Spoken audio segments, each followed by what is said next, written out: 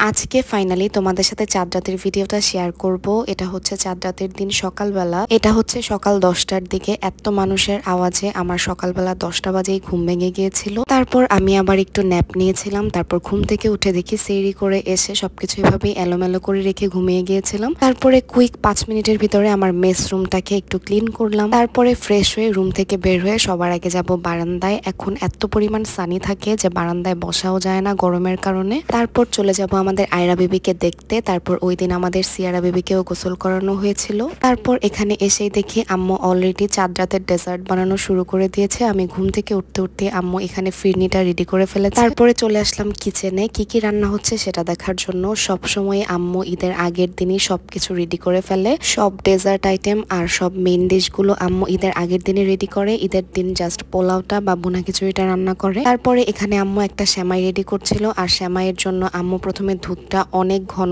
করে ফার্স্টে ঠান্ডা করে নেয়। তারপরে আম্মু এখানে পুরো সেমাইটা ঘি দিয়ে ভাজে, এর জন্য অনেক ভালো স্মেল আসে। তারপরে সেমাইটা ভালো করে ভেজে নেওয়ার পরে উপর থেকে ঠান্ডা ঘন দুধটা আম্মু দিয়ে দেয়। এই সেমাইটা আমার নানু বাসার সবাই অনেক বেশি পছন্দ করে। আম্মু যে কোনো ডেজার্ট আইটেমে এত বেশি করে ঘি দেয় আর ঘন দুধ ইউজ করে, এর জন্য আমাদের সবারই অনেক বেশি পছন্দ।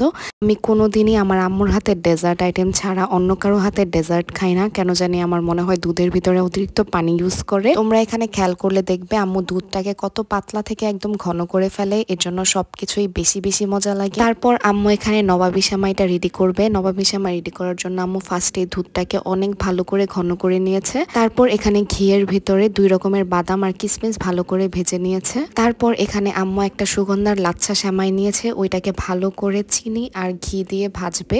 আর সাথে আম্মু একটু দুধও মিক্স করেছিল, এটাকে ভালো করে ঘিয়ের ভিতরে ভাজতে হবে। তারপরে আম্মু এখানে আর একটু ঘি দিয়েছিল। তারপর এটা ভালো করে ভেজে নিয়েছে। এর মধ্যে আমাদের আয়রা বিবিও ঘুম থেকে উঠে এখানে এসে নাড়া দিচ্ছিল সেমাইটা। তারপর ভালো করে ভাজা হওয়ার পরে প্রথমে এক স্টেপ দিয়েছে আম্মু এখানে। তারপরে উপর থেকে ঘন দুধটা এটার উপরে ঢেলে দিয়েছে। তারপর উপর থেকে আরেক স্টেপ সেমাই দিয়ে দিয়েছে। পরে আম্মু এভাবে চেপে চেপে সেট করে নিয়েছে পুরো সেমাইটা, যাতে ভেতরে ক্রিমটা না দেখা যায়।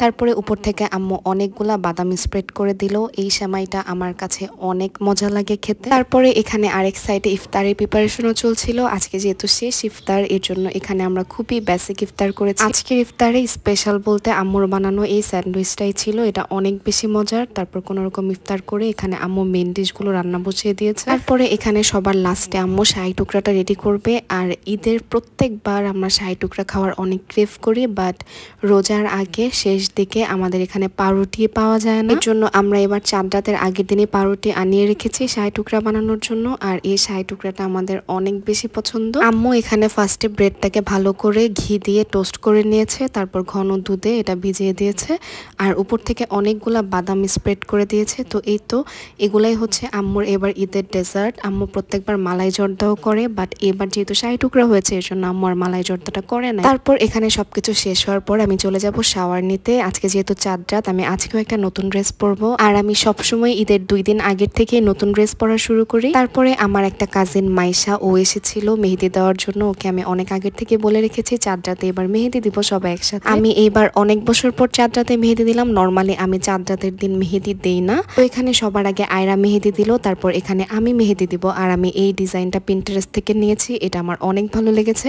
আর এবার সবাই এই ডিজাইনে দিয়েছে মেহেদি, এজন্য আমিও এটা ট্রাই করলাম। তো এই তো এখানে আমরা সব কাজিনরা একসাথে মিলে মেহেদি দিয়েছি। এবারই প্রথম অনেক বছর পর এভাবে মেহেদি দিলাম। তারপরে এটা হচ্ছে একদম রাত 3টার দিকে আয়রা আমাকে আয়রার বাবার ফোন থেকে ফোন দিয়েছে, কারণ আয়রা বেবির ক্ষুধা লেগেছে। তো এখানে আয়রা রুটি খাবে রোস্ট দিয়ে। তারপর আয়রাকে দেখে আমারও ক্ষুধা লেগে গেল।